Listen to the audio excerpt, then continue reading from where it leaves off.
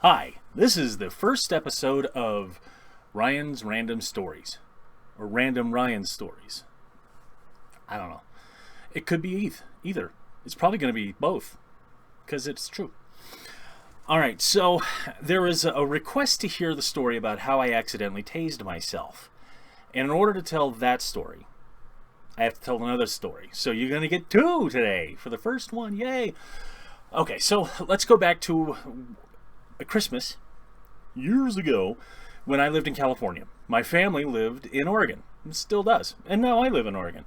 But, okay, so it's Christmas, and I'm by myself down in California, and my family's up in Oregon, and they set up a Skype call. That way we can all, have Christmas together, and I can watch them and my nephew open presents, and keep in mind at this point my nephew is 4 years old.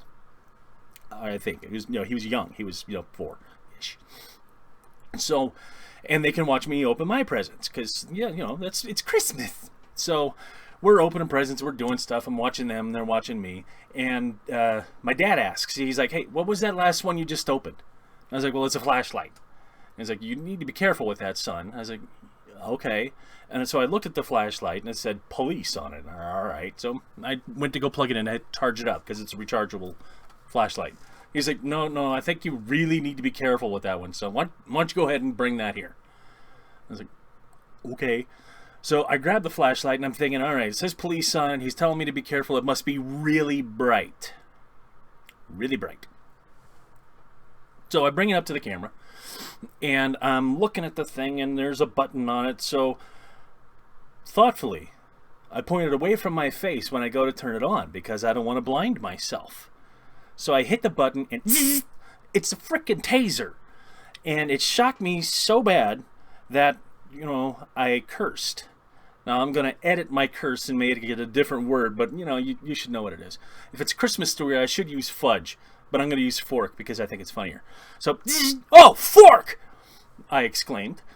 And my 4-year-old nephew heard me say that and comes running up to the camera. Oh, fork! Oh, fork! Oh, fork! I'm like, you're welcome, Kirsten. That's my sister. I just taught your son the F-bomb on Christmas morning.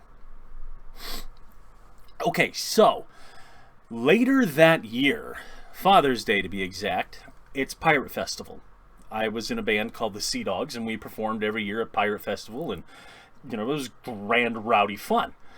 Well, this particular year, we had an after-hours party that was on Fair Site. We camped on Fair Site. It was, fabulous. You can go to the after-hours party, do whatever you want, go back to your campsite, and yay. And so we were at, myself and a couple, well, actually a lot of friends, but it was mostly I was standing there watching the Dread Crew of Oddwood, very cool band. And I got Irish on one side of me and Beth on the other side of me. And at one point they're, oddly enough, duetting the song Land Ho, which is, you should look the song up, not for kids. And so this is, it's night, it's dark. We're having to walk back to our campsite, and it's me and Irish.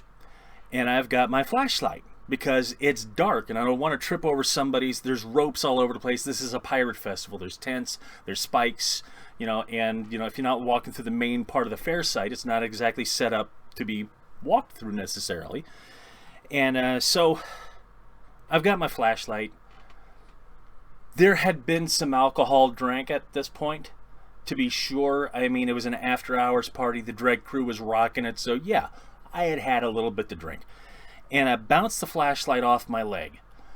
Now, when I did that, the tase button hit, and it tased me in the pinky, which right up my arm, and Jesus, an octopus just fell on my head. So, right up my arm, and it hurt. I'm like, ah! And Irish says, what happened? And, I was like, I just tased myself.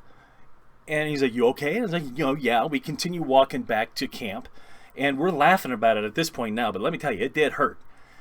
We go back to our campsite and we're laughing about it. I shocked my pinky. And what was really strange is that it felt to go all the way up my arm, and my right nipple was hard for about 3 hours. But, as more and more people came back to camp, they're like, hey, how you doing? It's like, hey, Ryan shocked his pinky. He did what? He shocked his winky? So for the rest of the night, it was Peter Gabriel shocked the winky for me. So there you go. That's my first story for story time. I hope you like it. I've got more stories to come because it's been a strange life, and it continues to be a strange life. Some of them will be funny, some of them won't. But I hope you tune in. Cheers.